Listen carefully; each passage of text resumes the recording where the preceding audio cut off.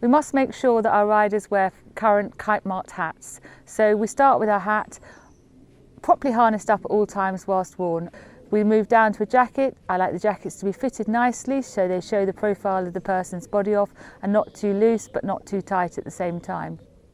Back to your shirt. The shirt should be neatly fitted to the neck, correct size to your neck size, and the tie with a small knot placed between the collar. Arms long enough to cover with a small cuff coming out. Jumpers, either taupe or very, very pale canary, not too bright canary. Boots should be proper hunting boots, nicely fitted, and correctly fitted spurs if allowed, applicable to the class that you're riding in. Gloves must be worn. Gloves I like, which are anti-slip gloves, and then a proper cane, again not too long. Please be aware of the regulations of the size and length of stick that you're allowed for the society that you ride in. It's really important to make sure that you look the winning picture on top, because you can ruin the picture of the horse so easily just by yourself letting your horse down. I do wish you all luck, and I hope this has been a great help to you for the future.